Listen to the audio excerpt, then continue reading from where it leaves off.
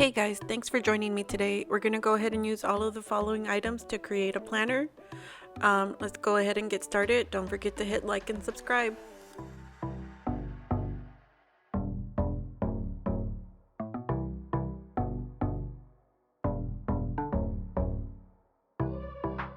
So I got this composition book from Walmart. It was 25 cents.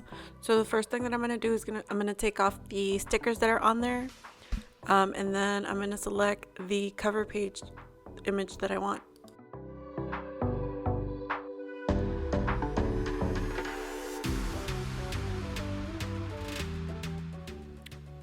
So I selected both of these. I ended up getting these from Michael's.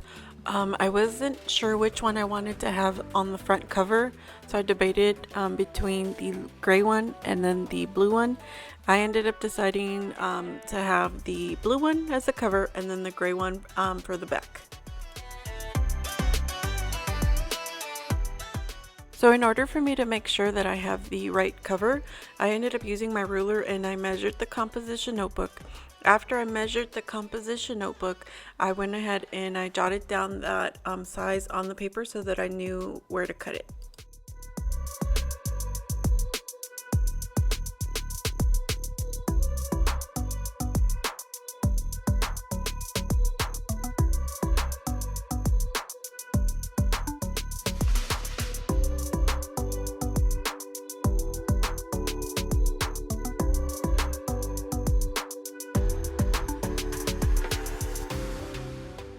So what I did here is I went ahead and I put the cover on there, and then I measured the side so that I made sure to cut off the edges so that it was rounded just like the composition notebook.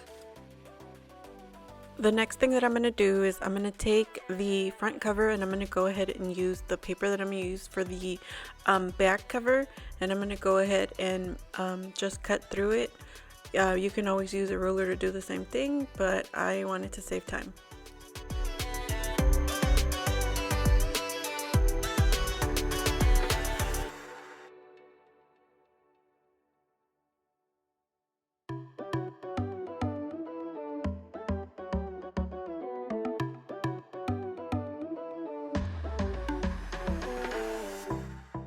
So I'm going to go ahead and glue on the cover page.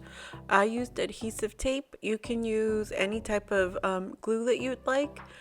It basically all works the same. You just want to make sure that you get the right glue for the correct material. This one I've used several times before and it works great for me, so I stuck to it.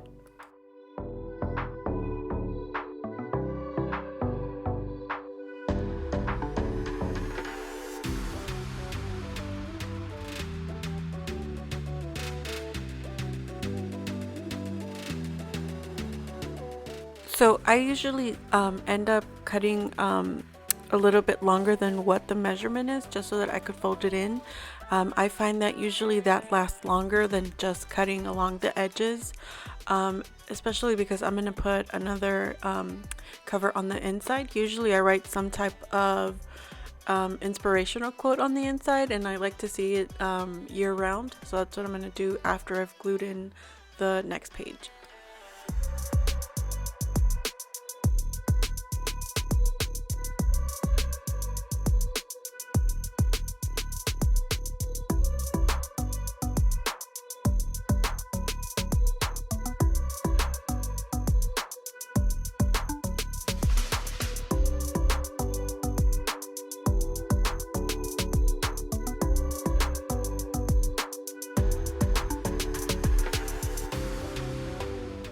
So here I'm going to go ahead and glue on the back cover.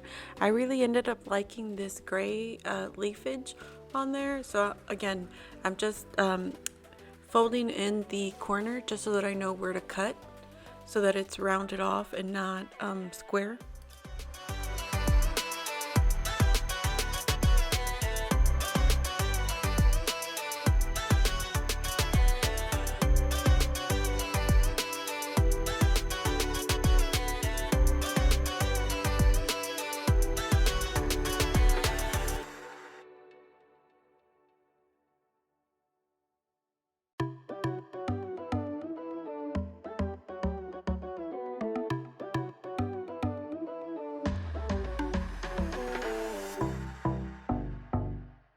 What I'm gonna do next is I'm going to count 6 pages so that I can separate the 12 months.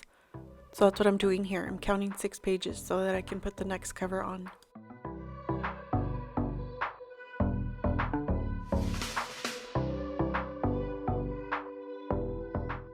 So after I've counted the 6 pages, I'm going to measure the page length and width so that I know how to cut the cover. I don't want to make it too small, but I don't want to make it too big either.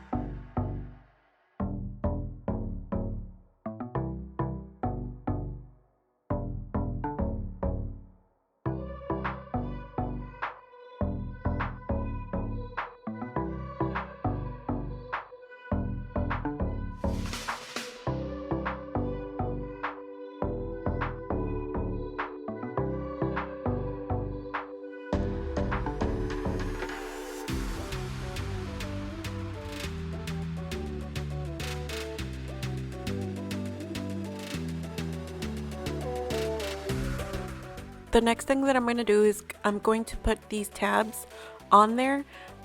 You can go ahead and cut tabs on any cardstock, but I find that using these pre-made tabs are actually easier for me. They're self-adhesive, so all I have to do is put them on there and they stick on there. Now, sometimes I have found that they can get a little fragile, but what I find useful is if I put tape on it, it does not get cut as quickly. I'm sorry, not cut. It does not tear easily. It'll actually last longer.